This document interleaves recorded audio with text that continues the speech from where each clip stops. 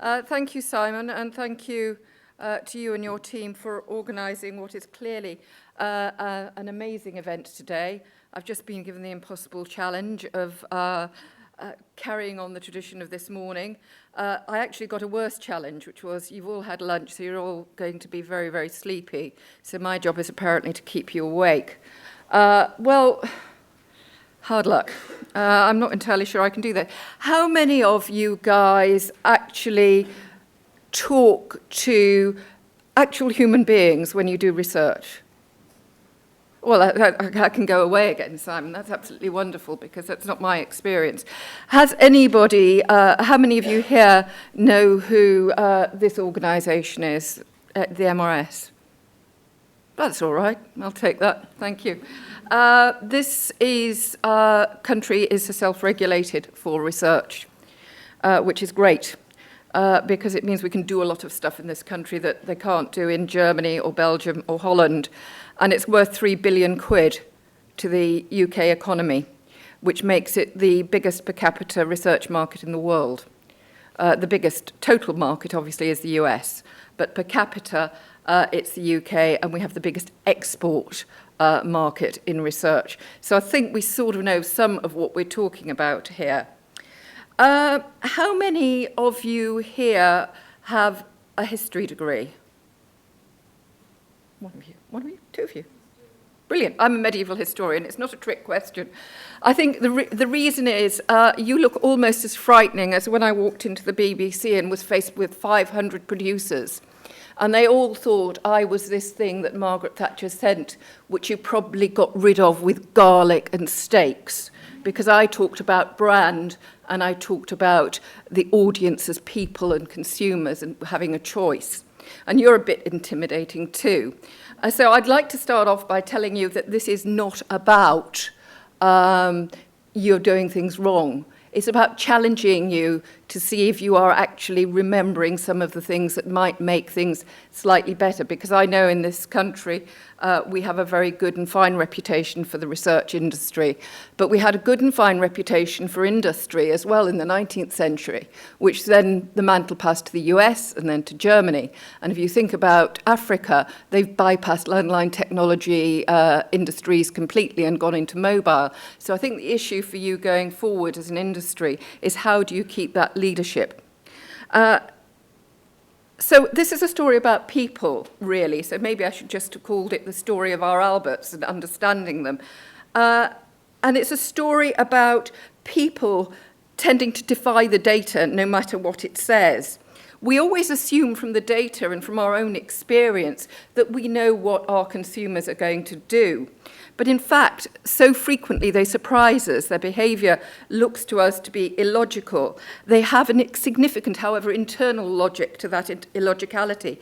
And what data says can be very, very misleading. Albert Young, and you may have heard his story, Albert Young is a bit of a legend. He was an Australian sheep farmer. And in Australia, they have these long-distance, multi-week races. And he decided to enter the latest one. I think it was from Melbourne somewhere, and I can't remember where. And of course, his competitors were all very smartly dressed, very experienced athletes, did this sort of thing all the time. They looked smart, they looked the part, they knew what they were doing, and they probably were pretty snooty about our poor old Albert in his sheep herding gear. Actually, you can guess the moral of this story is the guy won the race. And the guy won the race because nobody had told him that the way you run races is to stop every night for a rest. So he didn't. And he kept on going because protocol didn't mean anything to him. And it just shows you that you need to think about the things that you're so expert at and the things that you know as relating to people who don't know and aren't going to follow your rules. We all know, and there's a lot of research this year that says placebo really works, and it can be as effective as the real medication in many circumstances. And we know that, but it's still a very dirty word. You know, everyone says that's just a placebo effect. Actually, if it's real, why should we be uptight about it? Why should we be snooty about it? Belief and emotion is really as important as function. And I really don't understand why the medical profession, given that they know that placebo works, don't design around the fact that actually generating belief is as important as getting the chemicals right that they give us to take. There is other research from America as well that shows that bad doctors with a good bedside manner get sued less than good doctors with a bad bedside manner. Now, obviously, I am not advocating turning out a load of bad doctors who just talk well. What I'm advocating is learning that bit of emotion and psychology that can transform your function into something which is much more motivating and delivers much more. I don't know, I hope none of you have actually ever encountered Charing Cross Hospital, world-class hospital, filthy on the ground floor. I'm convinced I'm going to die. Now, that can't be a good start to any treatment regime. And I think a lot of the way people encounter our services and products needs to be seen in that light. Transport for London began the transformation of the tube, not by making the tubes run on time, which you'd think was the core purpose of what they were there to do. I still don't think they think that's their core purpose, but actually by cleaning and painting the stations. Because if you are waiting in a clean and good-looking station, you sort of assume that they know what they are doing. Now, I am absolutely clear when they decided to put the money in painting the stations first, there was an argument between the engineering director and the strategy director, which said, for every tin of paint you use, I can buy 5 widgets, and isn't this more important? But actually it's not, because this gave them the time to get the engineering right. You couldn't wait another 5 years to actually be effective. Which brings us to Tesco. Now, let's ignore the fact of unethical behaviour, failure to follow the accounting rules and anything else. Terry Leahy, of course, attributes their demise, well, he would, wouldn't he, to the fact that they've stopped listening to the customer. But actually, I think that this story goes back much further. Back in the 80s, most of the research and most of the strategy run by men, let's face it, I'm sorry, Simon, but it was, started with the premise that everyone liked supermarket shopping. You know, women, we like shopping. We do most of the shopping. You know that. And so the advertising that was developed was this big, grand stuff about the wonders of shopping and the wonders of brand Sainsbury's versus Tesco. I think you can probably credit the change in Tesco's fortunes in the 80s to suddenly deciding they were asking the wrong question. And what they discovered with the research they did at the time was nobody likes supermarket shopping. Let's face it, it's crap. It's a horrible experience. And they don't actually expect retailers to get it much nicer, because it is what it is. What they do expect is retailers to ensure that the trolleys aren't squeaky and there are enough checkouts open. So every little helps. And every little helps is one of those fantastic insights that you can actually look and apply market to market to market. And we may talk about something slightly later on where this applies. And the lesson from this, I suppose, if there is one, apart from the fact I think it's a lovely story, you may have all the data in the world, but if you're asking the wrong question, you're not going to be able to do anything with it. And if you do anything with research, please spend the time on working out the question that you need to answer and how you do it. Because this world is full of research that talks about, can you measure trust and can you measure value? Well, you can, but only if you have the 250, the 750 proxies to go up to making those very, very complicated concepts. Because in Unilever, and I started out selling soap to the great unwashed. It's interesting. There are only 87% of people on the tube who actually use soap. I am told that that is because some of them use washing up liquid and other things as well, but actually I think they just don't. That value actually is made up of function, emotion and price, but function, emotion, price. In fact, price should be a small p because it's the last thing anybody thinks about. And price elasticity is all about value, not constant price. So it doesn't really matter whether you're £1,000 or £5. It's the value behind that counts. And I think Harvard have just discovered that customer-centric value is probably a better predictor of long-term success of a company than shareholder value returns trends. So it's some interesting stuff in here. But the point is that this means that the brands that you are keenest about are driven by something that's very, very difficult to measure. In fact, they would go so far as to say that function is only a result of emotion and psychology.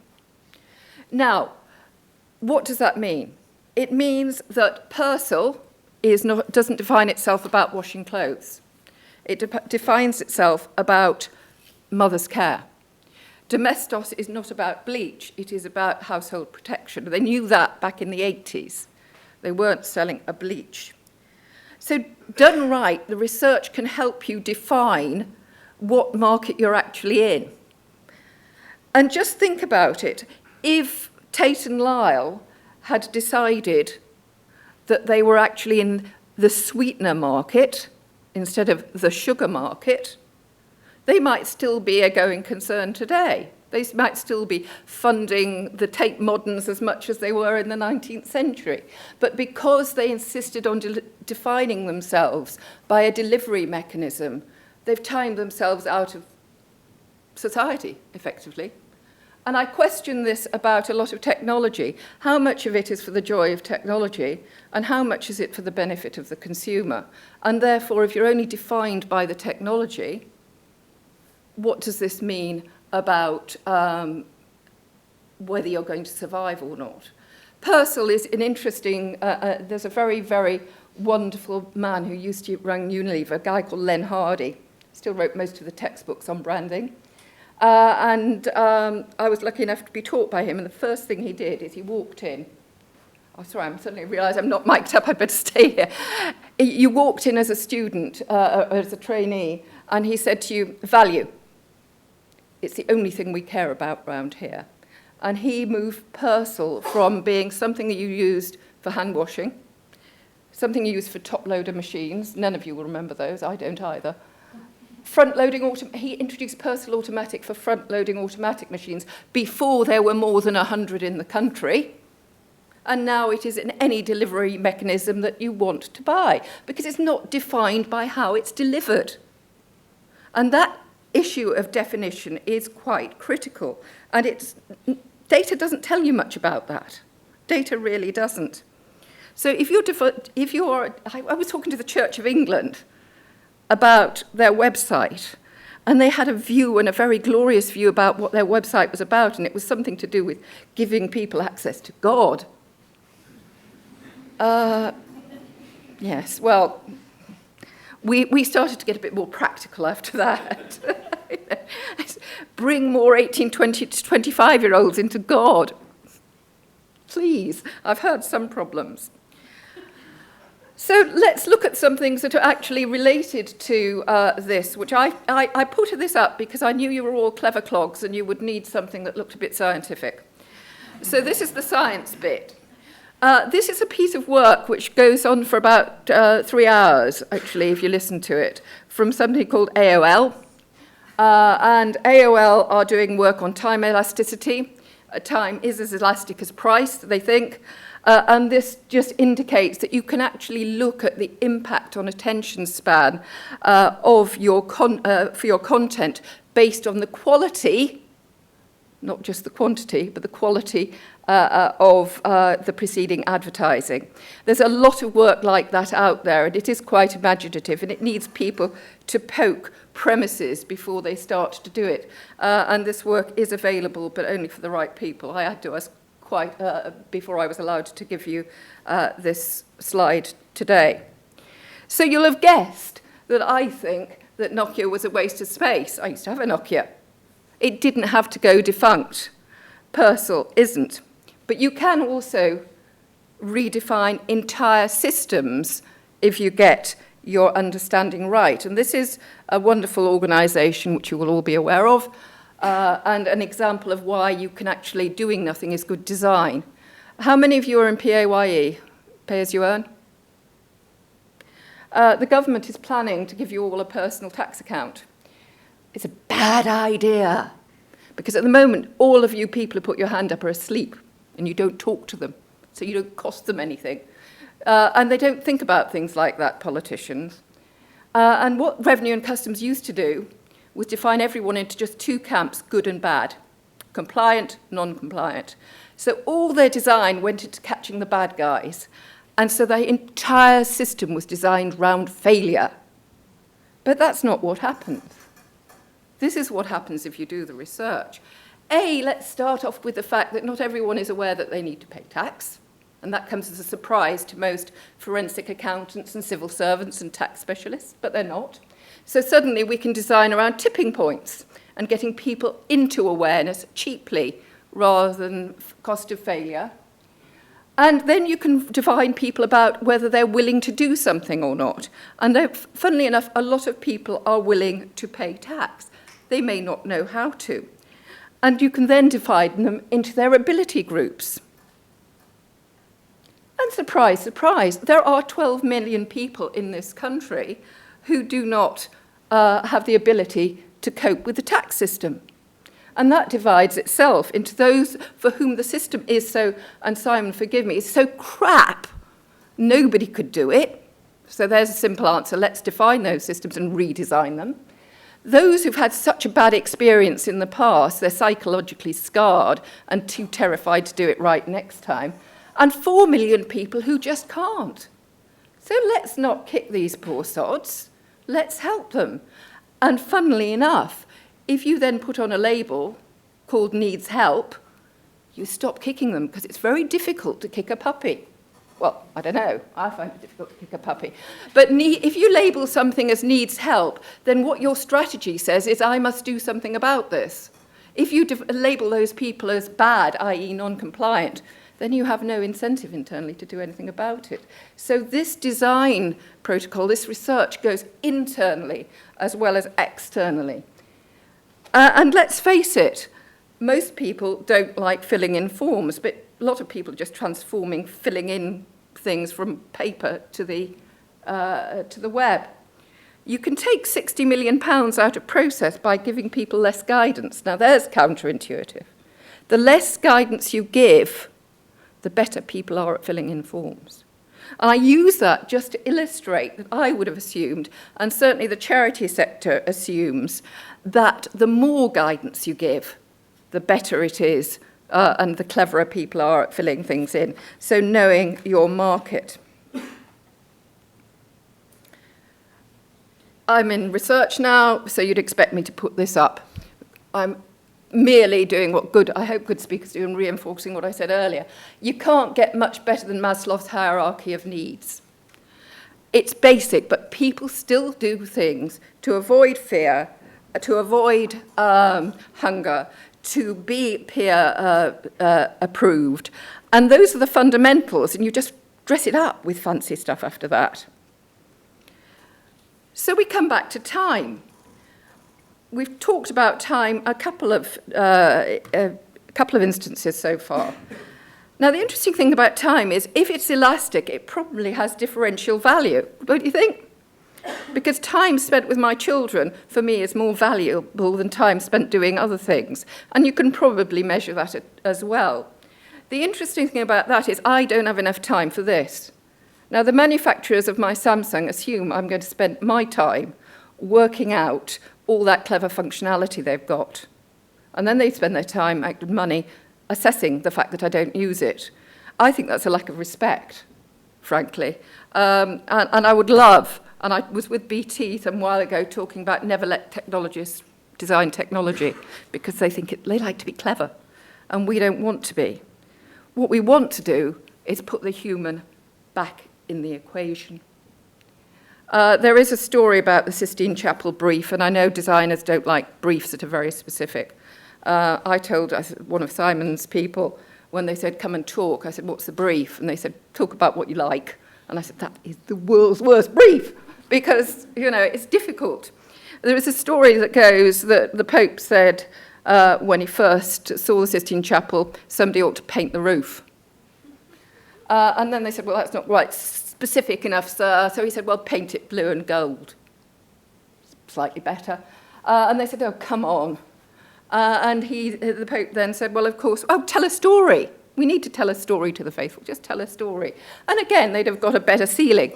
But actually, telling the artist the brief is paint a story to inspire the congregation, including the man and God and the capacity to inspire. That gets you the Sistine Chapel. But in order to give that brief, you do need to know what you're talking about.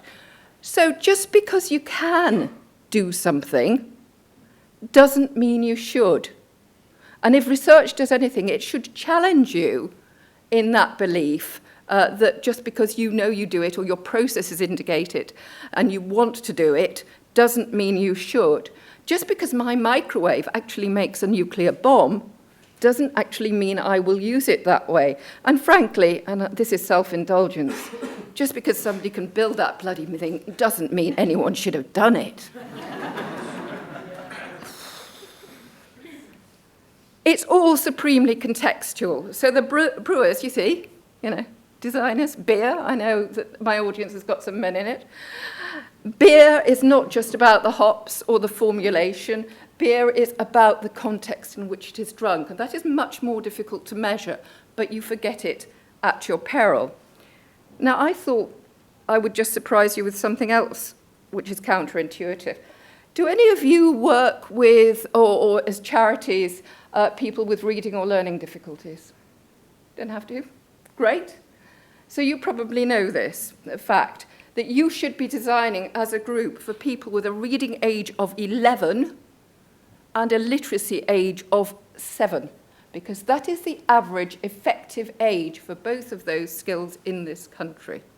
That means that most of the people you're designing for, or a lot of them, can't read a bus timetable, they can't compare prices, and they can't do sums that involve more than adding up. Which is why putting things online isn't always the answer, because if you are functionally illiterate on paper, you are also functionally illiterate online. Again, you might not have thought about that. You might have said, okay, we will be very careful about how clearly we communicate. But it is quite worrying, I think, don't you think, that most of the design in this country is based on something much, much too complicated. Now, the lovely thing about design is that if a scientist has invented something and there are new procedures around, we can virtually much nick it and do something with it. And we genuinely do most of the time. One of the things that we can do is use EEGs to look at brain function activity, mapped with, including that eye tracking, and you get a sense of the efficacy of a lot of advertising, which is why mobile manufacturers will tell you that advertising can be more effective on mobile, despite what people think.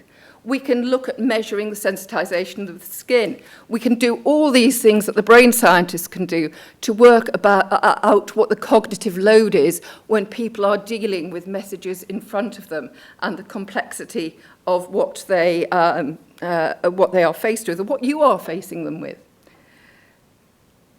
Interestingly enough, we can also do something called psychophysics. I loved this when I was at Unilever and Shell, because it actually means that it's a mixture of what you can do with the sheer stability of a liquid, the density of a polymer, the size of the opening at the top of the bottle. All these things contribute to the psychological impact of your brand. And it really can make a huge difference whether you put blue speckles in your washing powder, for example, or whether the plasticity of the container is hard or soft. But beer manufacturers know this too, and it's something that they work on. If you put fairy liquid into a plain glass and put the other guy next to it, you'll find that fairy liquid is thinner, but you will believe it's thicker because they've played with your mind. So Delia got it right. Delia designed the way into her books for you, by ingredient, by recipe, by time, by sauce to put on it. It's not defined that way by her and the way it's organised. So doing a Delia is still the way of actually foolproof cookery. Which of these has the higher attention span? Not a trick question. It is really, really worrying to me to think that had you guys all been goldfish, you'd have spent more attention listening to me. Because a goldfish has a 1 second more of an attention span than a human being. I put the blonde in, sorry, the blonde was just to fool you. Equally, had I been showing a lot of this, you'd have paid more attention as well. It's cute, isn't it? But I'm really asking you to put the man back in the centre of the processes that you do. And remember that this is about people, and please try and personify the person you're doing it to. However, thank you to all of those people who research shows that in 48 hours, 40% of you may just have remembered anything I said today. So thank you very much.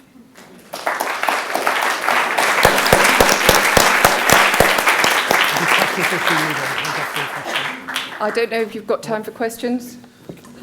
Yeah. I think we should do a question, so we will. Who would like to ask a question? Nobody. Oh, yeah. What is it about cats? That's an interesting one. Cuddly kittens do better than cuddly puppies. I don't know, because I prefer cuddly puppies, but that's what the research says. And that's why you can make millions of pounds on the internet just showing pictures of your kitten. Great. A round of applause again, please, for Jane.